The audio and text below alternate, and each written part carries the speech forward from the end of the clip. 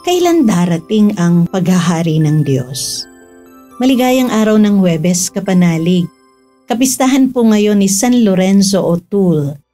Ito si Sister Rose Agtarap ng Daughters of St. Paul para sa mabuting balita. Pagnilayan po natin ang Ebanghelyo ngayon.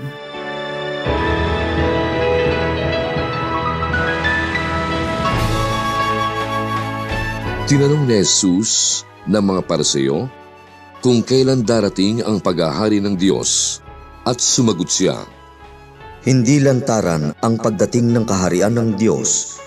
Di masasabing narito o naroroon. Nasa inyo na nga ang kaharian ng Diyos." Sinabi ni Jesus sa mga alagad, "Darating ang panahon na pananabikan ninyong makita ang isa sa mga pagpapakita ng Anak ng Tao at di naman ninyo makikita. At may magsasabi sa inyo, narito siya, naroon. Huwag kayong pupunta, huwag maghahanap. Sumisiklab nga ang kidlat at nagniningning mula sa isang dako ng langit hanggang sa kabila. Gayon din naman ang Anak ng Tao sa araw ng kanyang pagdating. Subalit kailangan muna niyang magtiis ng marami at itakwil ng mga tao sa kasalukuyan."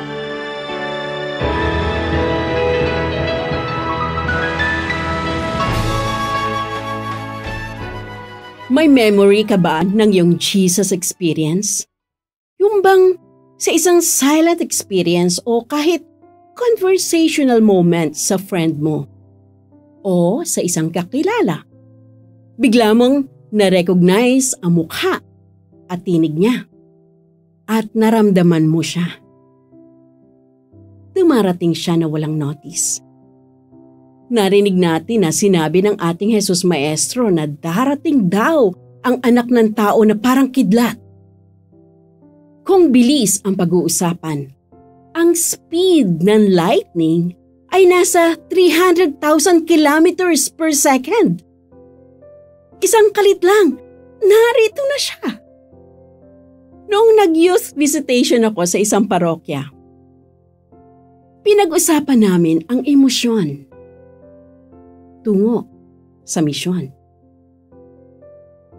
Habang natitipon kami, may 3 kabataan na nagpahayag ng kanilang emosyon tulad ng lungkot, inis, gitla.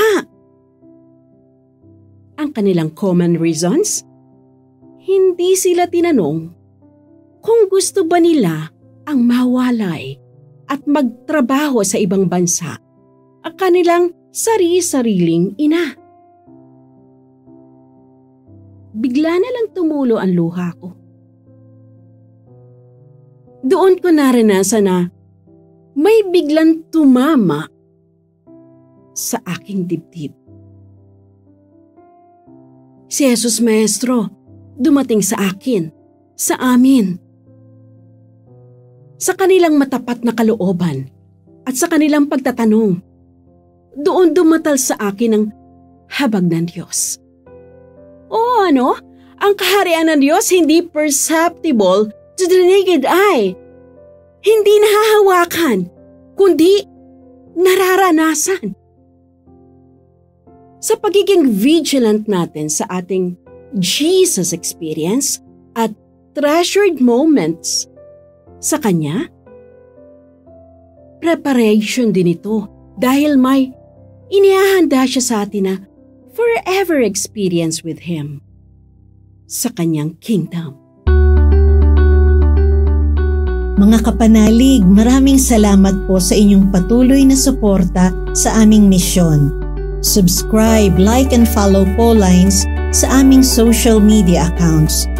Tulungan niyo po kaming maipagpatuloy ang programang ito at ipadala ang inyong donasyon sa aming donations channels.